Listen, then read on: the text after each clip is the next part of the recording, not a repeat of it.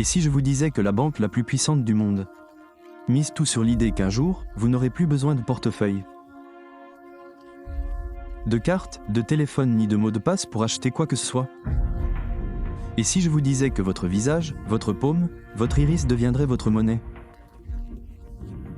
Et si je vous disais qu'un livre écrit il y a près de 2000 ans l'avait prédit? Suivez-moi bien, car il ne s'agit pas d'une théorie du complot, mais bien d'une actualité qui se réalise. Commençons par les faits, JP Morgan, la plus grande banque des États-Unis, parie désormais ouvertement, avec audace et enthousiasme, sur un monde où les paiements biométriques seront monnaie courante. Sa directrice générale, Teresa Walker, l'a affirmé sans ambages.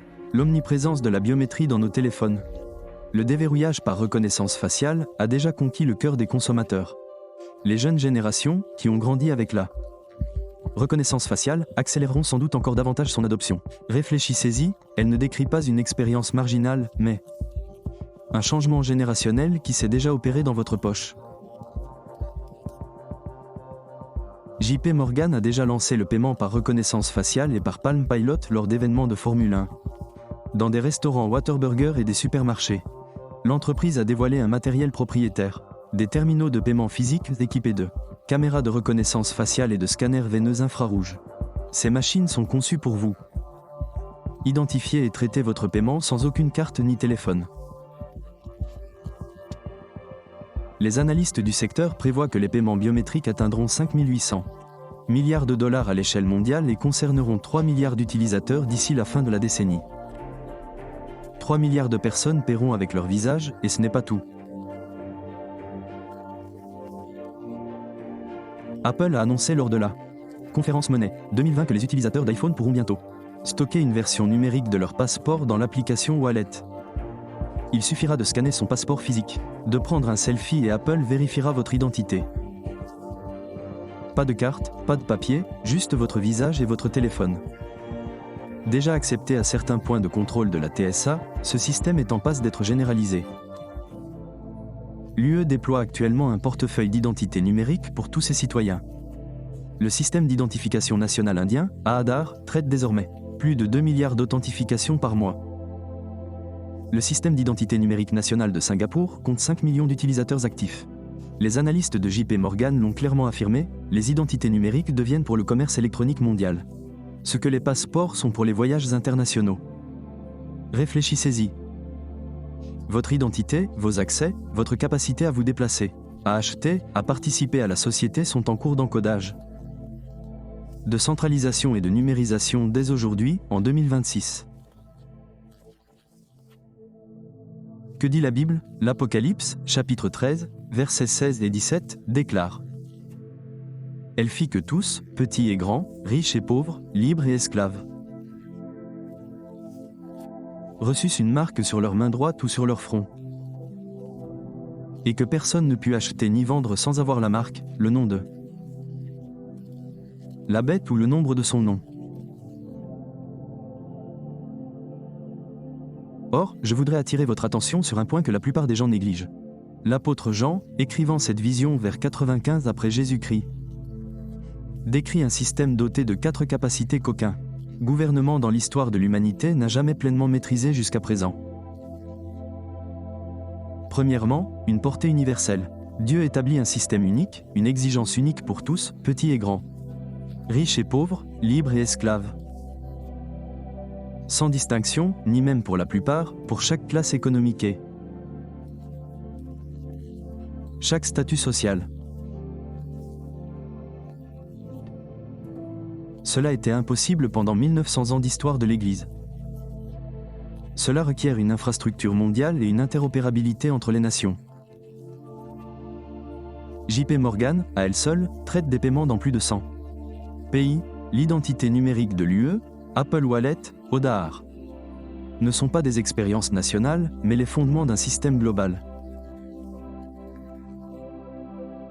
Deuxièmement, l'identité biométrique. La marque est apposée sur la main droite ou sur le front.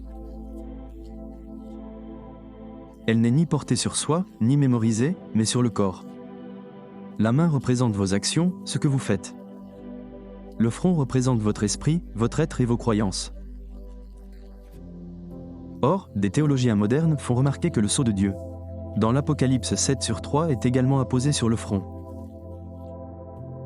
Il s'agit d'une contrefaçon, un miroir obscur, tandis que Dieu marque son peuple de son nom. La bête marque le sien du sien.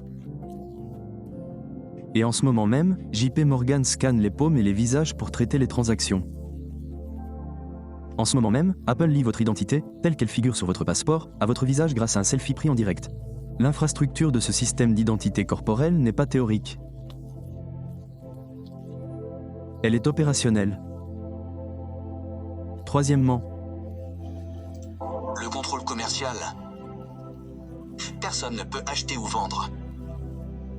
Le commerce, la capacité de nourrir sa famille, de payer son loyer, de gérer son entreprise, devient fermé, conditionnel, dépendant du respect du système. Il ne s'agit pas seulement d'une identification, il s'agit d'un levier économique à l'échelle d'une civilisation. Numéro 4. L'allégeance. Pas seulement l'identité. Et c'est le point que la plupart des analystes laïcs oublient complètement. Il ne s'agit pas seulement d'un système de paiement.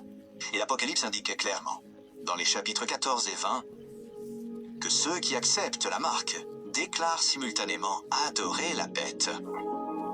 C'est un marqueur de loyauté, un serment, une transaction économique qui se double d'un système spirituel. Le système d'Apocalypse 13 est une infrastructure de surveillance, d'identification et de... Un ultimatum spirituel y est inscrit. Attention, je tiens à être précis. Je ne prétends pas que JP Morgan soit l'antéchrist. Je ne prétends pas que votre iPhone soit la marque de la bête. La technologie en elle-même n'est pas le péché. Mais ce que je dis, c'est qu'on ne construit pas l'Apocalypse 13 du jour au lendemain. On ne peut pas se réveiller un matin et exiger soudainement de 8 milliards de personnes qu'elles vérifient leur visage pour acheter du pain. Un tel système nécessite une infrastructure. Il nécessite une habitude. Il nécessite un consentement donné progressivement, volontairement et avec enthousiasme, avant de pouvoir être imposé de manière coercitive. Ce à quoi nous assistons actuellement, c'est la phase d'infrastructure. Réfléchissez maintenant à la manière dont cela fonctionne concrètement. Étape 1, la simplicité. La biométrie est présentée comme un cadeau. Fini les mots de passe, fini les cartes. Utilisez simplement votre visage, c'est plus rapide, plus fluide, et c'est synonyme de liberté. Les données pilotes de JP Morgan montrent une réduction du temps d'attente en caisse pouvant atteindre 90 secondes par transaction. Grâce au paiement sans contact. Les fans de Formule 1 adorent. Les clients de Whataburger aussi ? Franchement, on n'y pense même plus, car tout ce que ça fait, c'est accélérer la préparation de votre commande de burger. Étape 2, la normalisation, toute une génération grandit sans jamais connaître autre chose. Teresa Walker, de JP Morgan, l'a dit clairement. Les jeunes générations, qui ont grandi avec la reconnaissance faciale, accéléreront probablement encore davantage son adoption. Il ne s'en cache pas. L'objectif est que l'identité biométrique devienne aussi naturelle qu'un code PIN. Aussi naturel que de signer, aussi naturel que de respirer. Étape 3, l'intégration.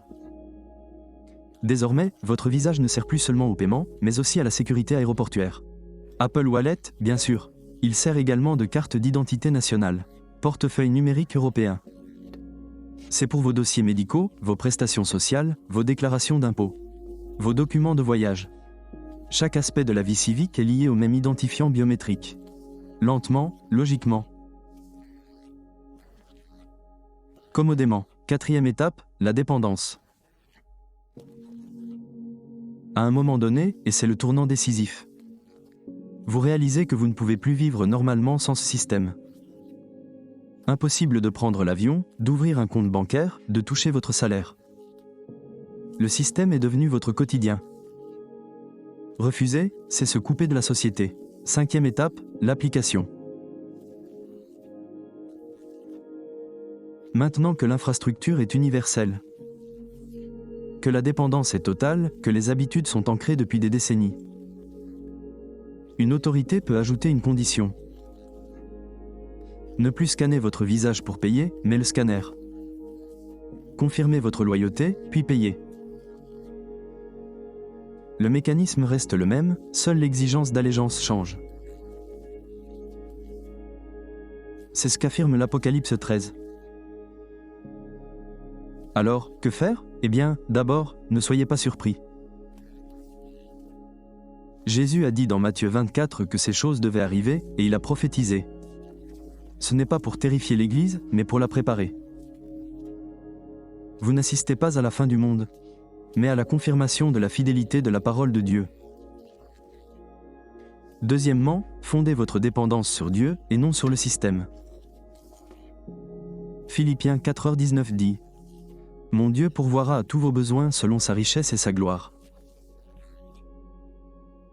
Cette promesse a été faite à des personnes exclues économiquement à cause de leur destin. Elle était pertinente à l'époque et le sera encore.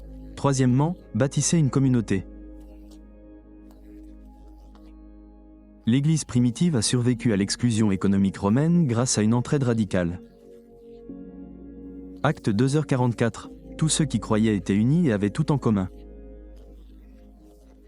Lorsque le système vous exclut, l'Église est appelée à vous soutenir financièrement. Quatrièmement, restez enracinés dans les Écritures. Si l'Église est mal préparée aux tromperies de la fin des temps, c'est parce que nous avons troqué la profondeur contre le divertissement. Connaissez votre Bible, connaissez les prophéties. Reconnaissez la voix du berger afin de pouvoir démasquer les contrefaçons. Enfin, ne vous laissez pas séduire par la marque. Quelle que soit la forme que cela prenne finalement, quelle que soit l'autorité qu'il exige, quel que soit le prix du refus. Apocalypse 14/9-10 est on ne peut plus clair. Ceux qui acceptent la marque s'exposent à toute la colère de Dieu. Le coût immédiat du refus est l'exclusion économique. Le coût éternel de la soumission est bien pire. Lorsque Dieu créa Adam et Ève, le mal voulut détruire le dessein parfait de Dieu pour l'humanité et introduisit donc le péché. Dieu a suscité de véritables prophètes à travers les âges, tels qu'Ézéchiel, Samuel et Jérémie. Jésus nous avertit qu'en ces derniers jours, nous devons nous méfier des faux prophètes.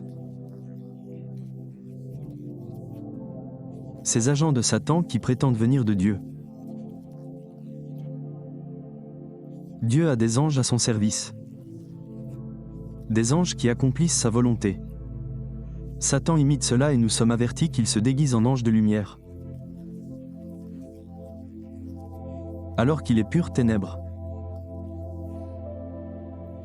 Lorsque Jésus était sur terre, la Bible nous dit que Satan entra dans la maison d'Iscariote en Juda. Et, peu après, le trahit. Dieu a créé ses anges au ciel. Il y avait un ange, Lucifer, qui aspirait à être Dieu lui-même. Un jour, il murmura, « Je monterai au ciel. J'élèverai mon trône au-dessus des étoiles de Dieu. Je siégerai sur la montagne de l'Assemblée, à l'extrémité du nord. Je m'élèverai au-dessus des hauteurs des nuages. Je serai parmi. » C'est avec cette compréhension du diable que je souhaite vous parler de l'un de ses plans les plus diaboliques pour les derniers jours. Un plan pervers impliquant Satan, l'Antéchrist et le faux prophète. Les différentes confessions chrétiennes. Les enseignements et les doctrines divergent. Et l'une de ces doctrines source de division concerne le terme « Trinité ». Ce terme désigne une doctrine qui considère le Père, le Fils et le Saint-Esprit comme trois personnes, mais une seule, non pas une seule dans leur but, mais une seule dans leur essence. Or, dans les derniers jours, Satan imitera Dieu et établira une sorte d'anti-trinité impie. En présentant le Père, le Fils et le Saint-Esprit comme trois personnes. Après avoir envoyé le bien et la justice, dans les derniers jours, l'impie ou anti-trinité Satan, l'antéchrist et le faux prophète incarneront le mal. Les exégètes bibliques s'accordent à dire que Satan est le maître de la tromperie. Il est Dieu, tout en désirant lui ressembler. L'Écriture souligne qu'il souhaite être adoré. Il se fait passer pour un ange de lumière et prétend dire la vérité. Mais l'Écriture note aussi que, malgré sa puissance, Satan est souvent imparfait. Dans les derniers jours, il exigera que les gens reçoivent sa marque et l'adorent. Mais beaucoup refuseront. Et la plupart de ceux qui la recevront le feront par peur, non par loyauté. Il se fait passer pour un ange de lumière, mais son domaine est celui des ténèbres. Il prétend dire la vérité, mais il est connu comme le père du mensonge. Il promettra à ceux qui vivront durant les jours sombres de la tribulation de les aider à bâtir un monde nouveau. Mais l'ennemi ne crée pas, il détruit. En grec, il est appelé Apollyon, le destructeur. Il croit pouvoir triompher de Dieu, mais le Christ est et sera toujours le vainqueur. Jésus a vaincu Satan sur la croix. Pourtant, l'ennemi demeure hostile et rebelle. Il projette d'établir un puissant programme anti-Dieu et anti-Trinité dans les derniers jours. Durant la période de tribulation, les 7 années précédant la bataille d'Armageddon, le retour de Jésus et l'établissement du royaume millénaire sur terre, la présence de Dieu sur terre ne sera plus la même qu'aujourd'hui. Le Saint-Esprit, son guide, sera retiré du monde, ainsi que les fidèles du Christ. Au ciel, le retrait du Saint-Esprit offrira au mal une occasion sans précédent de tromper et de détruire. Voyons ce que la Trinité impie fera durant la tribulation. Et comment elle œuvrera de concert pour tromper le monde et entraîner des millions de personnes à leur perte. Le personnage principal de la Trinité impie est Satan. Malheureusement, selon de nombreuses études, la majorité des Américains ne croient pas en l'existence réelle de Satan. La plupart le considèrent comme une sorte de symbole du mal, mais il est bien réel. Il possède une personnalité, une volonté et un plan. C'est un être incroyablement puissant, empli de rage. Dans Ézéchiel 18, Apocalypse 12 et Isaïe 14, nous lisons comment Satan, au ciel, a osé mener une rébellion contre Dieu. À cette époque, Satan connaissait bien Dieu. Il a vu le Seigneur face à face. Satan a contemplé la splendeur de Dieu et entrevu son pouvoir insondable. Pourtant, Satan pensait que son pouvoir était suffisant pour mener une rébellion. Il pensait même avoir une chance de renverser le Créateur. Mais il a échoué et a été chassé du ciel. Satan est le principal acteur de la Trinité impie des derniers jours. Mais il sera rejoint par l'Antéchrist et le faux prophète. Point. Lui aussi tentera d'imiter la Trinité, de jouer le rôle du Fils de Dieu. Il semblera venir d'humble origine. Il aura le pouvoir d'accomplir des miracles. Il prétendra être le chemin, la vérité et le seul espoir de l'humanité. Il subira une blessure apparemment mortelle et ressuscitera apparemment le 3e jour. Il se tiendra dans le temple et se proclamera uni à Dieu. Il revendiquera la divinité et se dira digne d'adoration. Mais contrairement à ces affirmations, cet homme charismatique, sage et puissant n'est pas le Christ, il est l'Antéchrist. Son pouvoir est limité, ses promesses sont vaines. Et ses intentions sont malveillantes. Il ne cherche qu'à mettre en œuvre le plan de son maître. Satan, qui désire voler, tuer et détruire. Durant la tribulation, Satan habitera l'Antéchrist. L'Antéchrist est la bête de l'Apocalypse. Il est le mal incarné. Quant au troisième membre de la Trinité impie, l'Antéchrist sera soutenu dans son œuvre maléfique par le faux prophète. Le faux prophète de la fin des temps. On l'appelle la seconde bête et on le décrit comme celui qui exerce toute l'autorité de la première bête. Investi du pouvoir de Satan, le faux prophète tentera d'imiter l'œuvre du Saint-Esprit. À l'instar de l'Antéchrist, il sera un homme rusé et impitoyable. Doté d'un pouvoir démoniaque, il manifestera des signes et interprétera les Écritures. Parlera comme un dragon, c'est-à-dire avec puissance. Menace et autorité, imitant l'œuvre de l'Esprit. Qui vivifie l'esprit des croyants et leur rappelle la parole de Dieu. Le faux prophète maintiendra la parole de ses maîtres. Satan et l'Antéchrist, sous les yeux du peuplé,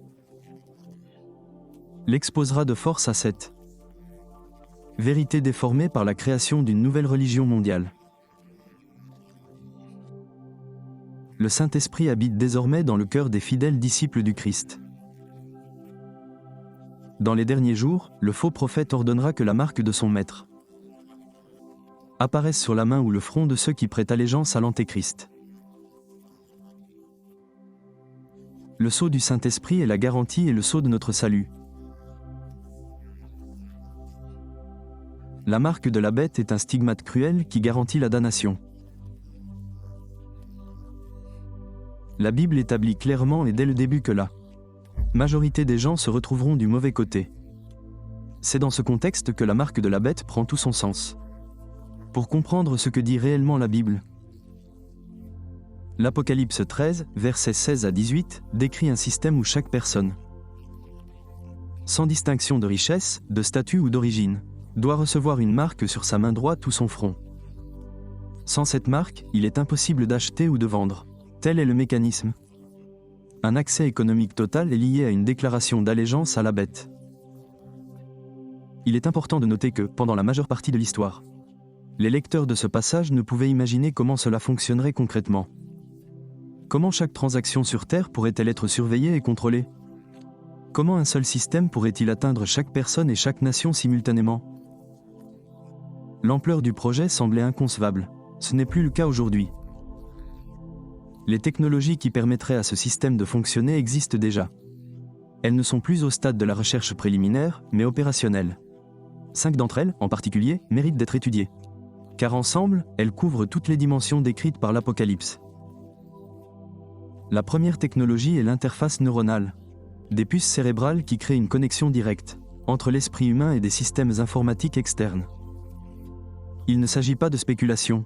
Des êtres humains ont déjà des puces implantées dans leur cerveau et les utilisent pour contrôler des appareils par la seule pensée. Ce qui rend cette technologie pertinente pour la marque, ce n'est pas seulement la technologie elle-même, mais son emplacement, le 4e.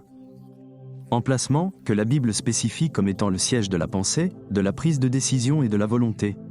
Une technologie capable d'accéder à cette zone et de l'influencer ne se limite pas à la simple surveillance des comportements.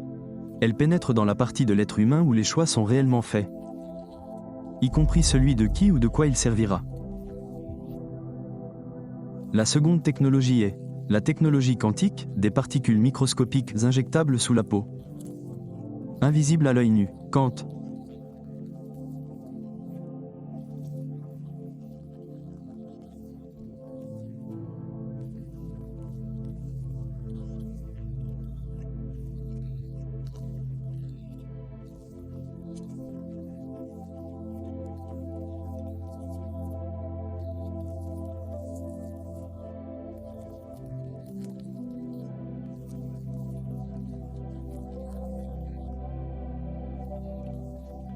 Aux monnaies numériques, ou CBDC, ce sont des formes de monnaie programmables qui peuvent être restreintes, expirées ou être désactivées au niveau individuel selon que L'utilisateur respecte ou non les conditions fixées par l'autorité émettrice. C'est cette infrastructure qui fait que nul ne peut acheter ou vendre une réalité techniquement exécutable plutôt qu'une simple figure de style. La quatrième technologie est l'intelligence artificielle, capable de surveiller simultanément des milliards de personnes, de traiter des données comportementales, de détecter les infractions et de faire respecter les exigences du système à une échelle qu'aucune institution humaine ne pourrait gérer. L'Apocalypse 13h15 décrit la bête comme une entité qui parle et qui fait tuer ceux qui refusent de l'adorer. Un système capable d'identifier la résistance et d'en déclencher les conséquences, notamment par le biais d'interfaces neuronales, correspond à cette description. Ces technologies ne fonctionnent pas séparément. Elles sont développées de manière à pouvoir interagir. Chacune d'elles restreint la liberté. Ensemble, elles forment un système qui englobe l'esprit, le corps, le commerce et l'application de la loi. Exactement comme le décrit l'Apocalypse. Comment les gens y seront-ils intégrés ? L'Antéchrist ne révélera pas la nature de ce système, et c'est là tout l'enjeu. Le langage utilisé pour le présenter sera pratique et rassurant. Axé sur la sécurité, la santé, l'efficacité et l'accès. On dira aux gens que c'est la solution raisonnable à un système défaillant. Refuser ce système sera présenté comme déraisonnable, voire dangereux. Une voie probable est celle de l'effondrement économique. Une crise financière suffisamment grave pour détruire les systèmes existants, créant ainsi les conditions d'un désespoir extrême et d'une quête effrénée d'une solution efficace. L'Antéchrist intervient alors avec ce qui semble être la solution. La marque devient le point d'entrée du nouveau système, présenté non comme une exigence, mais comme la seule option réaliste. En réalité, c'est un ordre. Il n'y a pas de véritable alternative. L'emballage est différent, mais le résultat est le même. Se soumettre ou être exclu. La seconde voie est la persécution directe. Daniel 7h25 décrit l'Antéchrist ciblant activement les croyants. Ceux qui refusent la marque en raison de leur foi ne seront pas épargnés. Apocalypse 20/4 décrit des personnes tuées, précisément parce qu'elles ont refusé la marque et sont restées fidèles à leur témoignage. Pour beaucoup, le prix du refus ne sera pas un simple désagrément, mais leur vie. C'est précisément pourquoi tant de personnes céderont, non par choix, non après mûre réflexion et conviction que l'Antéchrist avait raison, mais parce que la pression du quotidien est l'apostrophe. Incapacité de nourrir leurs enfants, de se loger, d'accéder aux soins de santé, finira par les épuiser au point où la soumission deviendra la solution de facilité. Qui est l'Antéchrist ? Comprendre le profil de celui qui tire les ficelles est essentiel. Il ne s'agira pas d'une personne à l'apparence manifestement sinistre. Il sera charismatique, le genre de leader qui attire les foules et semble détenir les réponses lorsque le monde les recherche désespérément. Jean parle, dans sa première épître, chapitre 2, verset 18, de ceux qui viennent avec un esprit de séduction. L'histoire a toujours démontré que les leaders les plus dangereux sont souvent les plus convaincants. L'Antéchrist agira selon ce même principe, à un niveau jamais vu auparavant. Il aura recours aux signes et aux prodiges. 2 Thessaloniciens 2, 9-10 décrit de faux miracles utilisés pour tromper les gens à grande échelle. Son influence ne se limitera pas à la persuasion politique. Il semblera agir dans le surnaturel de manière suffisamment convaincante pour égarer ceux qui manquent de repères. Au fond, il est défini par son opposition au Christ. 1 Jean 2h22 est clair. L'Antéchrist renie le Père et le Fils. Tout son système est construit contre la vérité sur l'identité de Jésus. Cette opposition se manifestera concrètement par la persécution de quiconque refuse de se soumettre. Mais sa fin est déjà scellée. Apocalypse 19h20 décrit sa capture et la chute. Et un prophète à ses côtés, quelle que soit l'autorité qu'il détienne, elle est temporaire. L'issue est inéluctable. Pourquoi est-ce important ? Apocalypse 14/9-11 explique clairement ce que signifie accepter la marque dans l'éternité. Ceux qui la reçoivent, ceux qui adorent la bête s'exposeront au jugement de Dieu sans répit. Décrit comme un tourment sans fin. Il ne s'agit pas d'une punition dont on puisse se repentir après coup. C'est la conséquence des apostrophes. Un choix définitif et délibéré, fait en pleine connaissance de cause, de rejeter Jésus-Christ et de se rallier au système de la bête. Cette sévérité explique pourquoi cette décision ne peut être considérée comme une simple formalité à résoudre au moment venu.